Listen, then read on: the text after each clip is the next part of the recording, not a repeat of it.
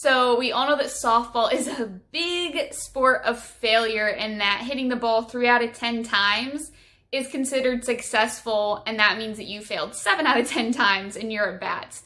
And again, a lot of sports, all sports, if you know a sport that doesn't involve failure, let me know, because all sports do, and sports are life, and life is failure, so you see where I'm going here. But anyway, so as athletes, sometimes we just really feel that failure of, I didn't get a hit, I messed up here, I missed my free throw, whatever it is. And I think sometimes that failure, when we focus on it and focus on our individual performance so much, we can start to play purely for ourselves.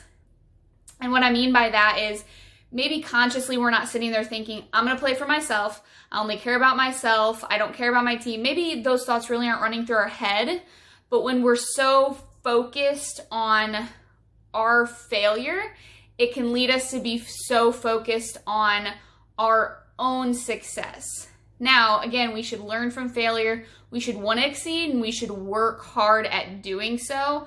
But there's a difference between I'm going to work hard to get better, to grow, to be successful, and I'm working hard because I'm so focused on my own outcomes, on my own stats, whatever that would be.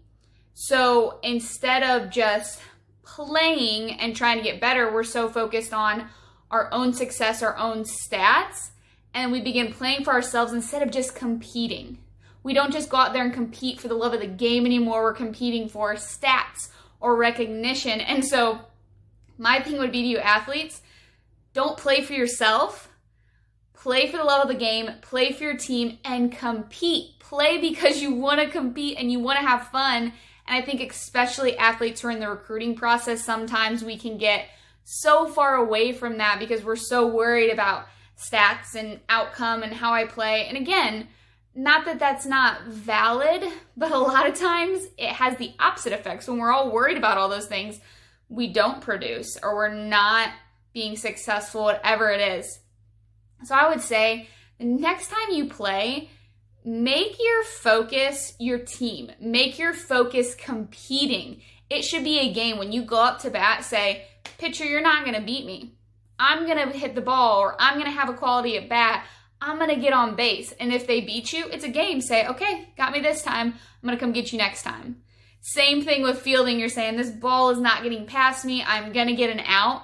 And it's just this continual cycle of competing and learning and growing and getting better and playing for the love of the game and for the competition, and not getting so caught up in our individual stats and our individual success, and really placing that focus elsewhere on others, on our growth, whatever it is. So again, stop playing for yourself, start competing. And maybe if you haven't even realized what your mindset is about this, and with playing and competing, think during a game, think, okay, am I actually playing for the love of competing, for the love of the game, for my team?